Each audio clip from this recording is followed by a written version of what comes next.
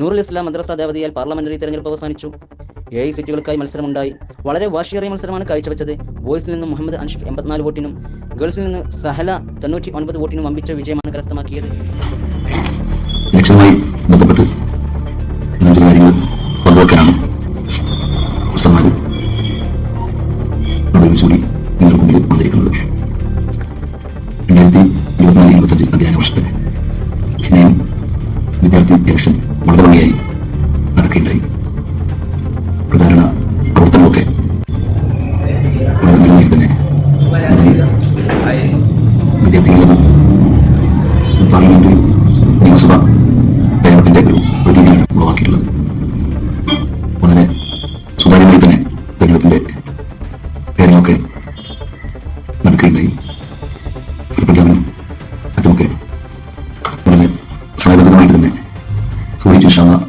ഇനി സത്യപ്രതിജ്ഞ ചടങ്ങ് നാളെ 7:30 മദ്രസ ആരംഭിച്ചുകൊണ്ട് നടക്കുന്നതാണ്. ഇതിന് ഉസ്താദുമാരുടെയും അതോടൊപ്പം തന്നെ മാനേജ്മെന്റിന്റെ പിന്തുണയും എല്ലാം തന്നെ വളരെ നല്ല നിലയിൽ ലഭ്യമായിട്ടുണ്ട്. അതുമായി ബന്ധപ്പെട്ട കൂടുതൽ കാര്യങ്ങൾ നമ്മുടെ ഉസ്താദ് നിങ്ങൾക്ക് മുമ്പിൽ നൂറുൽ ഇസ്ലാം മദ്രസ ദേവതിയാൽ 2024-2025 അധ്യയന വർഷത്തെ പാർലമെന്റ് തെരഞ്ഞെടുപ്പ് നല്ല രൂപത്തിൽ തന്നെ നടത്താൻ സാധിച്ചു. കഴിഞ്ഞ തിങ്കളാഴ്ച 20-ാം തീയതി നല്ല രൂപത്തിൽ തന്നെ അവർ പ്രചരണം നടത്തുകയും ഞായറാഴ്ച വോട്ട് തെരഞ്ഞെടുപ്പ് നടത്തുകയും അതിൽ SKSFിന്റെയും നമ്മുടെ മദ്രസയിലെ SKSയുടെ പ്രവർത്തകന്മാരുടെയും നില സാന്നിധ്യത്തോട് കൂടിയിട്ട് നമ്മുടെ മദ്രസയിൽ നല്ല രീതിയിൽ തന്നെ ഇലക്ഷൻ നടത്താൻ സാധിച്ചു. അതിൽ 88% പോളിംഗ് രേഖപ്പെടുത്തിയിട്ടുണ്ടായിരുന്നു.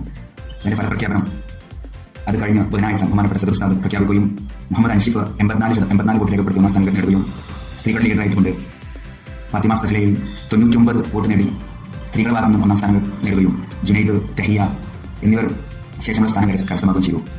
അതുപോലെ തന്നെ നാളെ ഞായറാഴ്ച അവിടെ സത്യപ്രതിജ്ഞ നടക്കുകയാണ്. അതിന് ബഹുമാനപ്പെട്ട മദ്രസയിലെ പ്രധാന അധ്യാപകൻ സദർ ഉസ്താദിന്റെ സത്യവാക്ക് ചൊല്ലിക്കൊടുത്ത് അവർ പ്രതിജ്ഞ ചെയ്യുകയാണ്. ഇൻഷാ അല്ലാഹ് അതിനുവേണ്ടി പ്രവർത്തിച്ചവർ, സഹകരിച്ചവർ എല്ലാം അല്ലാഹു സ്വീകരിക്കട്ടെ. അസ്സലാമു അലൈക്കും വറഹ്മത്തുള്ളാഹി. ഇപ്പോൾ കിട്ടിയ വാർത്ത നാളെ രാവിലെ 7:30 മണിക്ക് ദേവതിയാൽ മദ്രസയിൽ നിന്നും സത്യപ്രതിജ്ഞ ഉണ്ടായിരിക്കുന്നതാണ്.